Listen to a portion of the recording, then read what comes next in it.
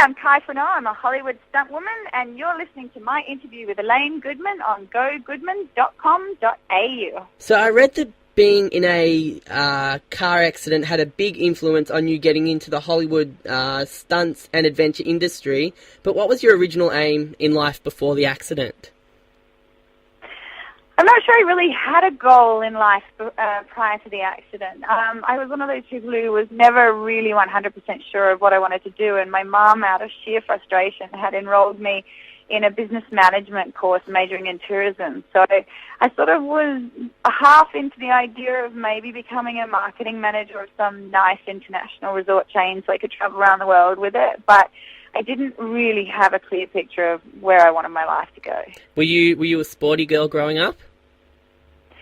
I wasn't. That was the thing, is like a lot of people always say to me in interviews, oh, you must have been like athletic growing up. But I played tennis and I played netball, and my dad sort of took me out running every now and then because he had a knee injury, so it sort of helped him rehab his knee injury. But I wasn't super active until I had it taken away from me, and then it sort of seemed more important, I guess. And as I mentioned, you were in a car accident at the age of 19, and doctors said to you you would never be able to do any kind of intense physical activity ever again. How long did your rehab take, and why do you think you were so driven to prove the doctors wrong? I don't ever like the idea of having choice taken away from me. As I said, I played tennis. To quite a good level of tennis and netball. But when someone says that you can't do something, I just feel like nobody has the right to sort of make those massive decisions about your life, just like that. I remember the exact moment the doctor sort of said, you won't play tennis, you'll never be completely physically active again. And I just thought, well, how do you know? How do you know what the rest of my life is going to look like? And it just didn't sit right with me that decision and choice was taken away from me. And I knew that I'd broken my back in the best possible place to break your back. So, I knew, okay. I know that does, I didn't have any spinal cord damage. So I sort of I felt my own way through my rehab. I have always been I have been very active in that I was very outdoorsy growing up, just not sporty. So, I knew when I fell off my horse if I'd done serious damage or if I was just, kind of sore and a bit too scared to get back on the horse. So I just sort of looked at my rehab like that. If it was a bad pain, then I stopped. But if it was a good pain, such as, I was working the muscle and not re-tearing it, I just sort of felt my own way through that and pushed through the good pain and sort of backed off on the bad pain. And I guess it was probably 3 years before I was fully 100% capable and fit and not scared about re-injuring the back. That kind of driven mentality, do you think you got that from your parents, or can you kind of stem that back to someone that you kind of picked it up from? Well, my mum and dad quite often say came out that way. My dad has these great stories about teaching me how to walk. I would get up on a little cart and he would say, look, hold my hand because you're going to fall over, and I'd just totally ignore him and try and walk on the cart with the cart and fall smack on my face and just look at him, and he'd be like, look, hold my hand this time, and I still wouldn't. I've sort of always gone my own way. So I think I can't sort of attribute it to any one specific person. I think it was a combination of, I grew up in the outback, so I had a lot of freedom to go off and explore and adventure. And then, my dad didn't have a son, so I was sort of filled in that spot as well as the boy of the family. And so people had greater expectations of my physical capabilities and sort of, if I fell over, they just expect you to get up again. So I think it was a combination of things, really. Did you, when you were going through rehab and you kind of decided that the adventure, stunt, kind of outdoorsy industry was for you, did you have a planned path for your when you got back on your feet career-wise? I didn't. And the reason I sort of headed into the outdoors was I had an Icelandic friend who was doing the tourism course with me, and he was convinced that rock climbing would be the way to go for rehab. And it sounds ridiculous, and everyone that I tell sort of like, oh, well, it's so dangerous. But if you are just, top roping and you are taking it fairly easily, like rock climbing uses every muscle in your body like swimming does. So it's actually a really good way to strengthen your back and all your muscles in your body. So I think it was sort of him pulling me into the outdoors and me realizing I didn't want to be indoors. And then I used my business management degree to volunteer to work for an outdoor company, and sort of, the steps became clear as I found my way. I did realize I wanted to be in the outdoors. I just didn't quite know how I was going to manage that. Yeah, rock climbing is really hard. I've done indoor rock climbing here in Melbourne before, and about halfway up the wall, your legs start to hurt, your hips start to hurt, your back starts to hurt, but you just got to push to the top because you want to get to the top, and by the time you get to the top, you can just let go, and the instructor will kind of glide you down softly. Yeah, it's a great sport, and the things that guys usually do, I mean, it sounds like you didn't do it, but guys usually try and pull their way up. So, your arm muscles are so much smaller than your leg muscles, so a lot of guys get exhausted about halfway up because they can't do that many chin-ups, but if your legs are sore, then you're doing it right. You got to push yourself up. Yeah, your whole body works. You try to pull yourself up, but at some stage, you've got to realize your legs are stronger than your arms. Exactly. So who did you look up to at this point? Did you have a mentor or an idol, kind of someone like I was thinking maybe an Evel Knievel or Steve Irwin kind of figure that you kind of wanted to, I guess, impersonate, or not impersonate, but trying to follow their career path? With the outdoors, I guess my mentor was a guy called Mark Orrick, who owned his own outdoor company, and he just seemed like he could do everything. And unfortunately, he actually ended up dying on Everest. But he was a person that sort of always went for his goals and really gave it his all in the outdoors, and just had such a great. It made every moment for for the people that he took into the outdoors really enjoyable. But when I chose to go into stunts, I didn't know the industry at all. I just didn't want to be an outdoor guide anymore. And someone suggested I might make a good stunt woman. So I think every step of the way in stunts, I was like, oh, there's a man called Evel Knievel? Oh, and there's a movie about stunt people? Like, I didn't know that much about the industry when I first sort of stepped into it, so I didn't have the opportunity to find anyone to look up for. I just sort of forged my own path, really. Well, you seem to be like the kind of person that was kind of guided in each different direction, that you didn't seem to have a foot on what you wanted, that you just kind of followed what people kind of told you, and then you basically just took what you wanted out of each industry. Was that kind of what you were like growing up? I mean, once a dream fit, then I went for it. So people suggested all sorts of things that just didn't feel quite right. But I loved the outdoors, and I was a very popular instructor. And I feel like that was something I was really good at. I think if someone had suggested I was a lawyer, it wouldn't have been a good fit. And I haven't chosen the normal path, I very much as a kid forged my own path as well. Like, I was always sort of out there on my own, galloping bareback, just going where I wanted. So definitely there's been some pivotal people that have made suggestions that I've followed, but once I've grabbed a hold of it, like a lot of people have told me in each industry that I've sort of been in that I can't make it, I can't do it, I'm not, so there's been that one person that suggested it. And then, I was 28 when I started getting into stunts, and everyone said I was too old, I didn't have the skills for it, I couldn't, it was very late to get into the industry, and I probably should go and do something else. But once I had the goal and I had the dream, I really pursued it with everything I had. And, I ended up winning, after 10 years in the industry, I won the World Taurus Stunt Award for the best female stunt performer in the world for 2012, So it's kind of like, it's nice to look back at the people that sort of said you can't do it and be like, well, you know what? I can. So, yeah, you're rushing ahead quite a little bit. Let's backtrack a little bit. So, straight out of rehab, you said you got a job as an outdoor team leader at an adventure company. How long did it take you to realise you were destined for Hollywood?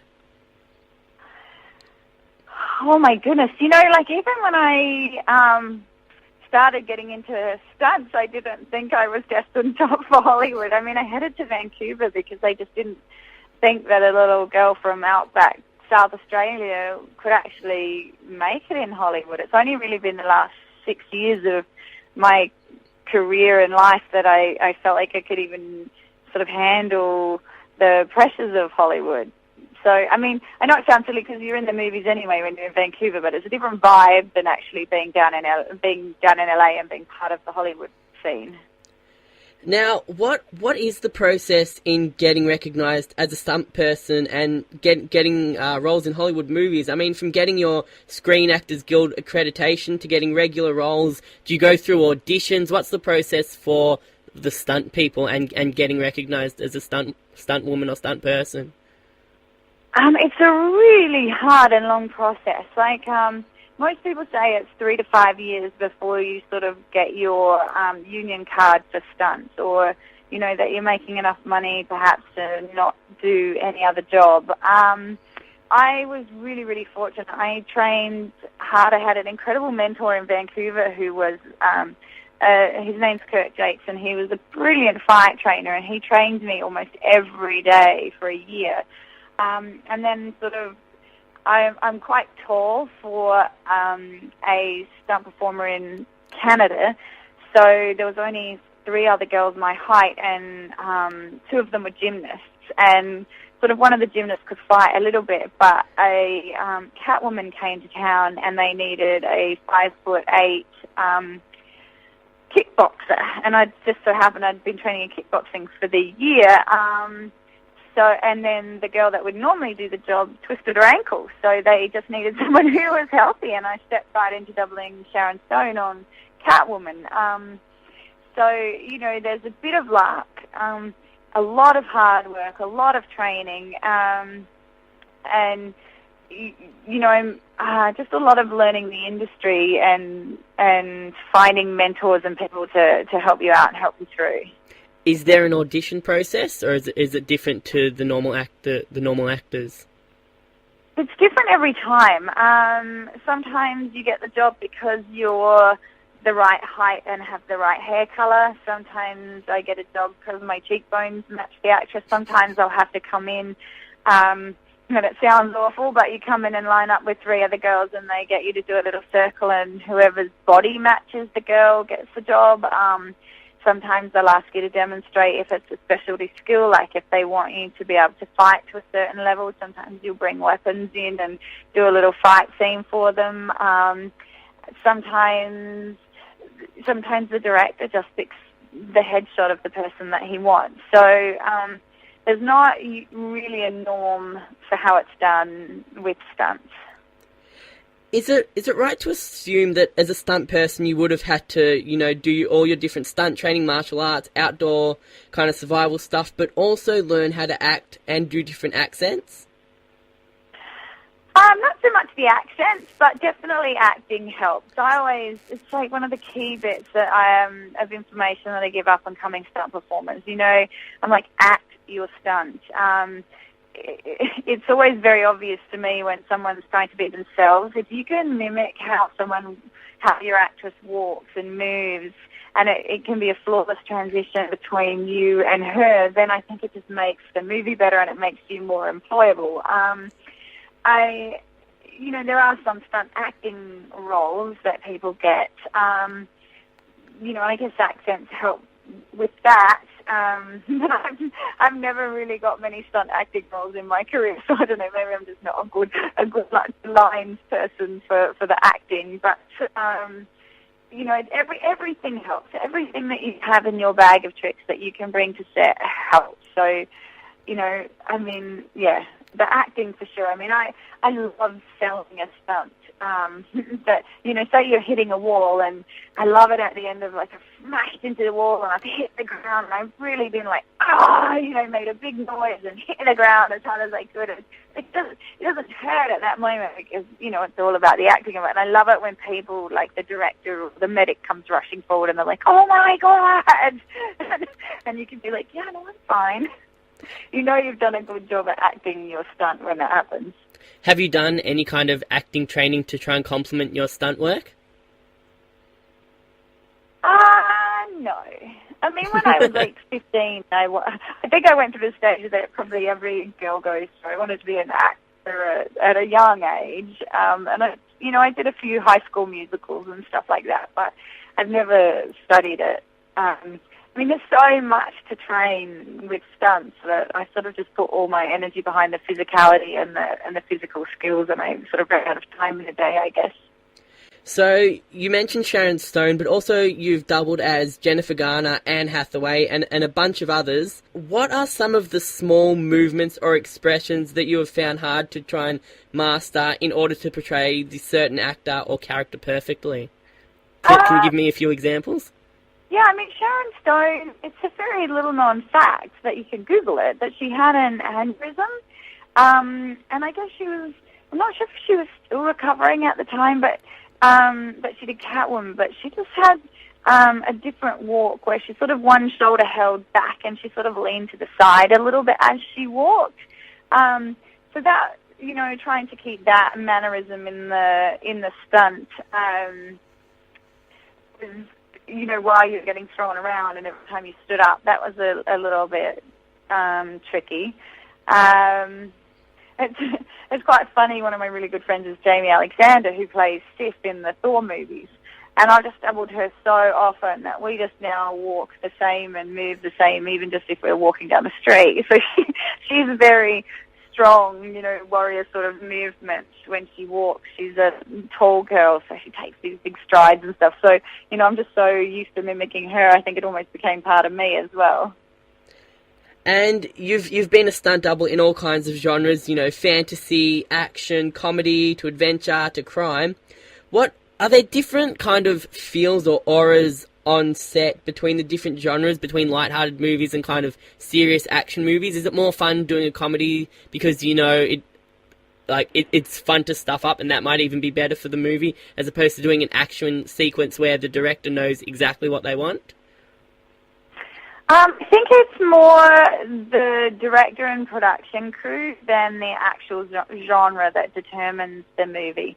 I mean, I've been on horrors where everyone's laughing all the time, and I've been on comedies where everyone's dead serious because they're trying really hard to find the humor in the moment, you know. So it doesn't go from genre to genre, but more crew to crew. I mean, I'll always say, hands down, Marvel sets are the wonderful, amazing sets to work on that I ever work on. You know, I thought it might have been a fluke being on the first Thor, but then doing the Avengers and working on Agents of S.H.I.E.L.D., it just seems that Marvel don't employ mean people. Like, it's just, everybody is so lovely and polite and wonderful, the whole crew down, and they really make sure that coming to work is fun. So, yeah, it's probably more crew than the genre. Now, I'm just going to go through some names of who you've worked with. You know, there's Will Smith, Chris Hemsworth, Charlize Theron, Jason Bateman, Johnny Depp, Penelope Cruz, Jeffrey Rush, Hugh Jackman, Toni Collette, Kelsey Grammer, and a bunch of others. Do you kind of have you built up strong friendships with any of them, or are you more drawn to the Aussie actors that you hang out on set or hang out with afterwards, or do you have kind of friends all over the industry that you can actually call friends rather than acquaintances? It's very hard to get to know people on set in the capacity of a stunt performer. You know, the actors are doing their acting and the stunt performers are quite often just brought in for little bits and pieces. I was really fortunate on Thor to be on the movie for 7 months. So, you know, I know Chris Hemsworth quite well, Ray Stevens, who plays one of the Warriors 3, like, I can call Ray up and have a chat to him. He's a great guy. Jamie Alexander, who played Sif, she's like my little sister. You know, we hang out quite regularly and see each other all the time. Like Louis Guzman, he was on The Last Stand. He's just such a good, like, you know, he texts me every now and then and we goof off. And so there's some people that you do manage to connect with on a friendship level, but usually it sort of stays fairly professional. So we've mentioned some of the movies you've been in, but you've also done a lot of television as well, like Kyle XY, Smallville, United States of Tara, and also a Scooby-Doo TV movie. Are the stunt I love these comparison questions. Are the stunts different between movies and television, or are the movie stunts, I guess, harder and more intense than the television ones? What's the kind of difference between them? In television, you have a lot less time and a lot smaller budget. Nowadays, with Arrow sort of raising the bar and the Agents of S.H.I.E.L.D. raising the bar, you know, there is the expectation of movie caliber stunts in television, but usually the fight sequences will be smaller. You have half a day to rehearse them instead of, like, we rehearsed some of the fight sequences on Thor for like 3 months. So with smaller budget, just becomes less time with those things and less, you know, bigger stunts cost more money. So they'll just tone down the size of the stunt. You know, if you want an explosion with 50 men, it costs a lot of money. So they'll do an explosion with 5 men instead on a TV show. So it just tends to be the scale of things and the sort of special effects around it. What do you prefer, TV or movies? Oh gosh, you know, I love big movies. I love rehearsing. I love the camaraderie. I love the teamwork. I love the time that it takes the time that you have to perfect a good sequence. But then there's nothing like a bit of a smash and grab either. You know, you turn up to work on a series and sometimes you don't even know what you're doing that day. You know, you bring your full stunt kit and they're like, okay, so today you're going down a flight of stairs, and you're like, okay. So I kind of like the I don't know, the sniper feel to that as well. Did you say you take your own stunt kit? Yeah, you have a bag full of your own pads and harnesses and, you know, fire gear and whatever you want to bring along. Like, I have a full kit of pads and harnesses that are just for my actresses to use, and then I have mine because they're, like, way sweatier and gross. Wow, so how heavy is your stunt kit? Is it like a suitcase, or is it just one of those, you know, nature-saving bags that they hand out at the supermarket these days?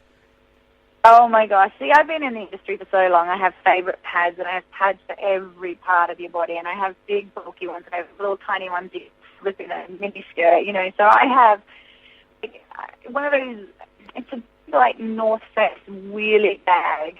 Like, you could sling it over your shoulder. It's pretty heavy. So I wheel my stunt kit everywhere in a duffel bag thing that I could fit a body in, I'm sure. So I've watched a few videos of you on YouTube, and you seem to be one of those people that I'm jealous of that are good at everything. So from martial arts to surviving outdoors to being tied to a cable and flying through the air, you know, jumping out of windows. What is your physical training regime like, and do you put a lot of emphasis on diet as well, or is it more the training? Like, as I get older, I have to watch, you know, my diet a little bit more and do a little bit more cardio. You know, doubling those tiny size 22-year-olds that are up and coming in the acting industry, you know, they're just so tiny.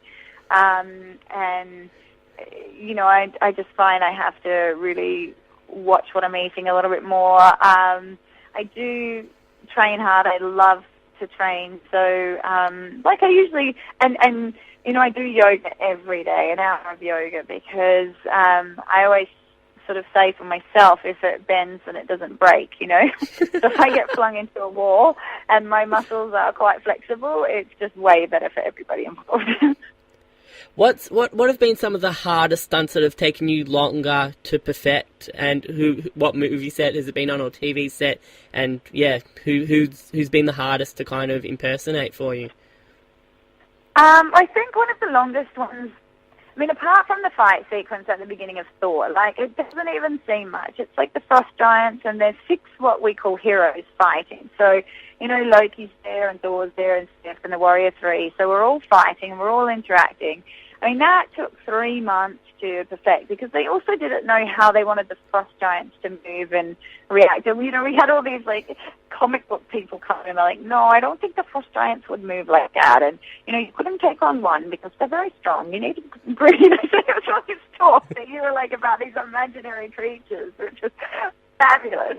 But that took, like, 3 months of, like, finagling to try and get that fight sequence down, because we all, you can't see it, but it's about 80 moves that we had to memorize. And then another huge one was, have you seen X-Men 3? No, I haven't. It was, like, it's just such a brief moment in it, but all these mutants are leaping off I think it's the Golden Gate Bridge, the San Francisco Golden Gate Bridge, and they leap into the Alcatraz courtyard. And we spent a good sort of 2 weeks doing flying fox type stuff to try and, like, at the time it was the largest amount of people on the longest wire work trick that had been done in the industry. So I think they had 12 people up in the air at once, and we were all flying like 80 feet high and about 150 feet long. So it was a huge, huge procedure. So we had a lot of rehearsal for that as well. Do they teach you how to fly? I mean, I can just imagine you'd have to be in a certain kind of pose when you're flying through the air. You can't just have everything, every limb flailing everywhere. Do they kind of teach you how to, I guess, hold yourself while you're flying? Well, they talk about it, and then you try and look cool, and then they show you the video, and then you're like, oh my gosh, I can't believe I look like that. And then you try something else, and then they show the video again, and you're like, no, it's still. So, I don't know. Like, there is a lot of practicing, and experimenting, and sometimes, the director doesn't even know what vision he wants for it as well, so you're giving him lots of options. And, like, the funniest one was the Bifrost on Thor, like, I mean, when we were making Thor, the whole idea of these superheroes flying through a rainbow bridge, everyone was like, what? So we were sort of trying to figure out how to make the Bifrost look cool, and that's the fun parts of the job for sure.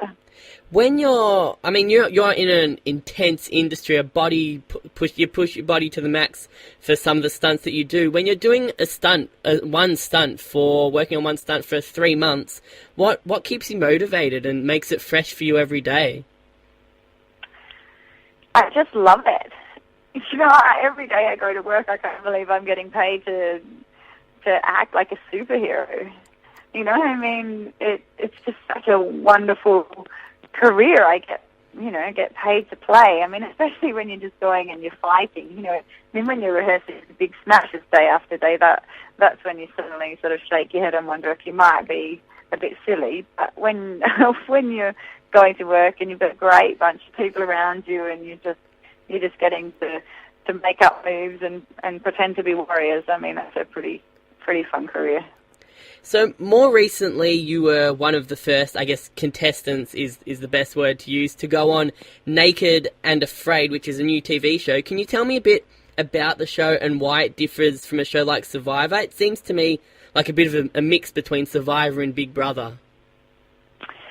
Yeah, I mean, I call us participants because there's no prize money at the end.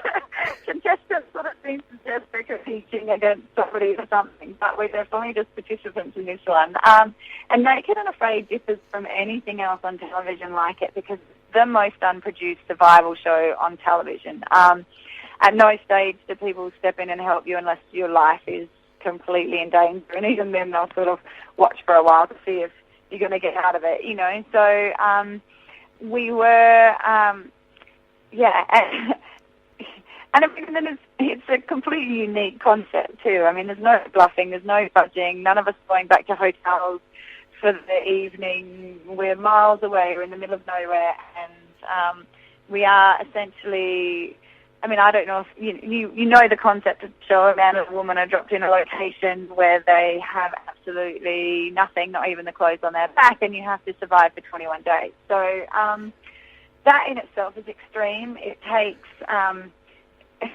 the last protective layer away from you. People completely underestimate how much protection a layer of clothing can offer you in any situation. So it makes you more vulnerable to the elements, and it also, I'm sure it adds something psychologically to have that stripped away.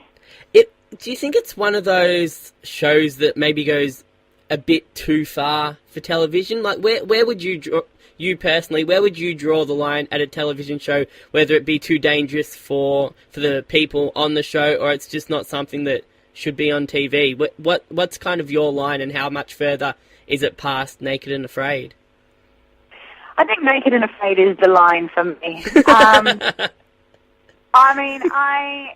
I knew I was going to be pixelated, so, it's not about the nudity. I know people think it's the sort of pixelation about the fact we're naked, but we're not really. We're all walking around wearing big fuzzy bikinis, It's like you can't see it. So it's not about showing people the nudity out there. And, yes, it's dangerous because you're facing the elements, but they have a medic team that's sort of, not right there, but they're definitely close enough by to come in and assist if the situation gets serious. I don't know. I mean, I get fearful that the Hunger Games is going to become a reality. You just see some of these shows where people are fully really beating up on each other to become the ultimate warriors or this or that. And I think, Naked and Afraid isn't really harming anyone. You can always tap out. Nobody's forcing you to be there. You always have the option. So that in itself, for me, means it's not crossing the line. But I wouldn't want to see it go much further, that's for sure. When you first heard about the show, what was your impression of it? What did you think about it originally? I said no. I get approached all the time for survival shows. And, a lot of them sort of go by the wayside before they make it into production and stuff like that. And when I heard about this one, Discovery called me up and they're like, okay, so we have this idea. Just stay with us. And I was like, okay. It's called Naked and Afraid. And I was like, no, thank you. I don't really want to do a show like that. And they said, well, can you think about it? And we'll get back to you in a day or so. And I was like, okay. And I thought about it. And, for me, I have always wanted to know if I could survive with nothing. I see shows where people are dropped in the middle of nowhere and they have equipment and they get out, and, it's been a fascination of mine ever since I sort of started doing more extreme survival. Like, could I survive from scratch with nothing? And they were offering me the opportunity to try and see if I could in, it's an uncontrolled environment, but they're truly not gonna let you die out there. So you'd hope not. Right. Accidents happen. I'm good friends with the producer that got bit by the snake. So, but some kid just got bit by a rattlesnake in his own backyard just recently and didn't make it. So there's dangers everywhere. Yeah. I love the outdoors. It just seems interesting. I saw someone posted a question to you on a blog about who else is with you in the middle of nowhere in the wild, and you said, there's a cameraman, obviously a technician, there's a couple of other people, but you just meant, you didn't say on the blog that there was medics. You mentioned just before there were medics. What's kind of their... Oh, they're not with you. No? The medics aren't with you. They're at a base, our medics were, I reckon, 45 minutes from where we were. Some of the people are on an island and the medic is on another island, so they're not right there, but, there's several episodes where you'll see the medics are being brought in to treat people or to get them out of there. So they are within access, but they're not right there. Was that a bit unsettling for you at the start? To have no medics there? As in, to have medics who are close to an hour away from being able to get to you if something did go wrong. No, because I was pretty confident with my own skills. I've been a wilderness first aid instructor for like 15 years, so I was pretty confident with my own skills to improvise and adapt. If, I mean, I'm sure we could have got a helicopter in sooner if someone had a very severe incident, but I was pretty confident that I could deal with most things out there. What did you learn or gain from your experience on Naked and Afraid?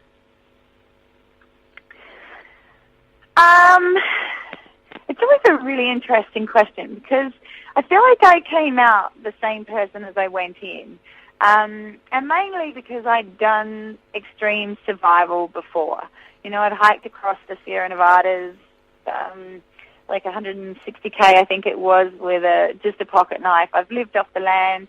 I've beaten myself up for a living for, 10 years, and I was pretty stubborn before that.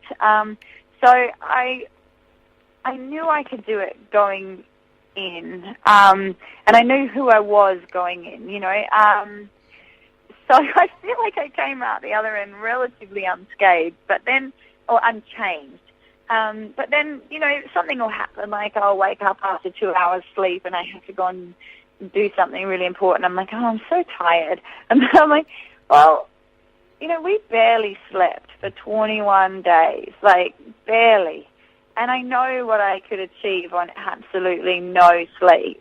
So then I'm just like, well, suck it up. You've had 2 hours, So those sort of things change. And I also, I am a little more okay with just putting up with the cold. If I'm cold, I'm like, well, I'll be warm again soon, because we were so freezing for the entire time on Naked. So, just those sort of few changes I notice. I get, kind of like valuing what you have a little bit more. Yeah, and also just knowing that nothing's forever. If I'm tired, I will get sleep eventually, and if I'm cold, I will be warm again eventually. So, just that. So you've gone from putting yourself on the line in Naked and Afraid to writing a book. It's called The Superwoman's Survival Guide, and I read an article about it on the Huffington Post website. You shared a few of the tips from the book, but most of these tips, they sound like they can be used for males and females. What are some of your favorite tips from the book? Well, the book's actually called Girls Own in Australia, so it came out earlier this year in Australia under a completely different title. So if you sort of Google that, you'll find a whole lot I know about Australia. I did a 3-week book tour in Australia, so that was wonderful. And I always say survival at its essence is non-gender specific, So I reckon about 95% of my book is good for both male and female. Most of my book is about an attitude of survival and how you go through life. I believe if you're prepared and you can educate yourself and you can be adaptable and you can be positive, then you can get through whatever life throws at you, whether you're in the office or you're in the outdoors. And I guess, so my favorite tips, I think, would be the ones about your attitude in life.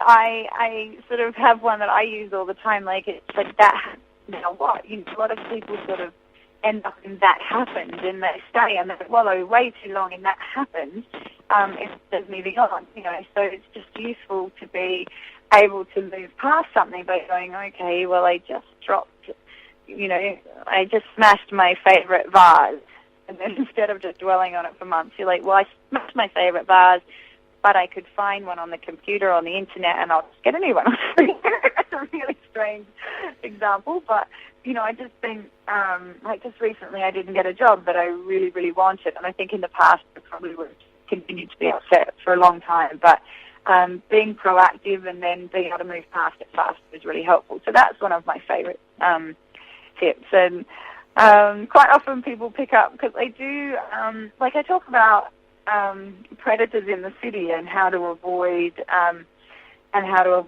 awkward situations in the city and look after yourself and stay safe. And one of the things I mentioned in the Australian version is that the worst sort of predators are the Friday night businessmen. And it's sort of tongue-in-cheek, but it's sort of also just about characteristics to avoid and look out for if you happen to be walking home alone and things like that. one of the interesting ones that I read was always keep a little bit of cash, stashed in your shoe if you're going out in case your wallet does get stolen. It's something I've never really thought about, but I guess if you've put it in a book, then it kind of takes away the kind of, like, people are going to know that you do it now. They're going to take your wallet and your shoe. Yeah, exactly. Well, don't tell anyone else then. Why does the book have a different name here in Australia? Well, it's all part of the publishing process, which is because this is my first book. I never really knew what went along with it. Penguin bought it in Australia, and for different territories, different publishing companies buy it. So Penguin bought it in Australia, but a company that did Bear Grylls' first book called Skyhorse bought it in North America. And they wanted to release the book with the same title, but they just couldn't agree. And I had final say in Australia, but I didn't have any say on the title in America, and they called it Superwoman Survival Guide in America. But a superwoman in Australia is a mum with kids. And so it just meant something completely different, and the book actually targets a much wider audience than just mums with kids. So Penguin called it Girls Own. And writing a book is obviously a bit more of a sit-down, less adrenaline-based activity than what you're used to. Did you enjoy it as much as your stunt work or as your outdoor work? Yeah, I can't sit down for very long periods of time, so it was a bit of a stretch at times to sort of force myself to get out the computer and sit down. I have a massive beanbag called a love sack that's quite comfortable, so thank goodness I had like a really good spot to sit and write that was comfortable enough. But I had to. I really wanted to write the book. I really wanted to put out the message that I wanted to put out, so that motivated me enough to sit down and write it. Did you have a professional author helping you along the way, or is it all you? It's all me. Okay. Yeah, I was very lucky. I wasn't very good at maths, nor physics or chemistry, but English was my favourite subject. I really enjoyed telling stories, and my parents were both teachers. So, my spelling and all that was all right as well. And Bear Grylls wrote a testimonial for your book. Do you see yourself as the female equivalent of him? Or do you kind of compare yourself to him a little bit? I don't, but it's definitely out there, because I think there are no strong survival women that people know. So Bear Grylls is probably the most well-known survival expert in the world. So when people are looking to sort of identify with where I'm at in the world, they come up with the female Bear Grylls. He's an incredible personality. He's done some amazing things. If I got to do half the adventures that, he's managed to squeeze into his life, then I'd consider myself super fortunate. So I don't see it as a bad comparison. It's definitely not one I make, but I think it just helps people know who I am and what I'm doing. Well, I guess the only other comparison I can think of off the top of my head is Xena. Right. So, from growing up in little old Adelaide, and I went to Adelaide recently, just for the sake of going away, and it's still like a country town. Do you ever just think about your path from Adelaide to mixing with the best of the best in the entertainment industry? As you mentioned, winning a Taurus award in 2012. Do you ever kind of think about it and try and think of how you got from Adelaide to the glitz and the glamour of Hollywood?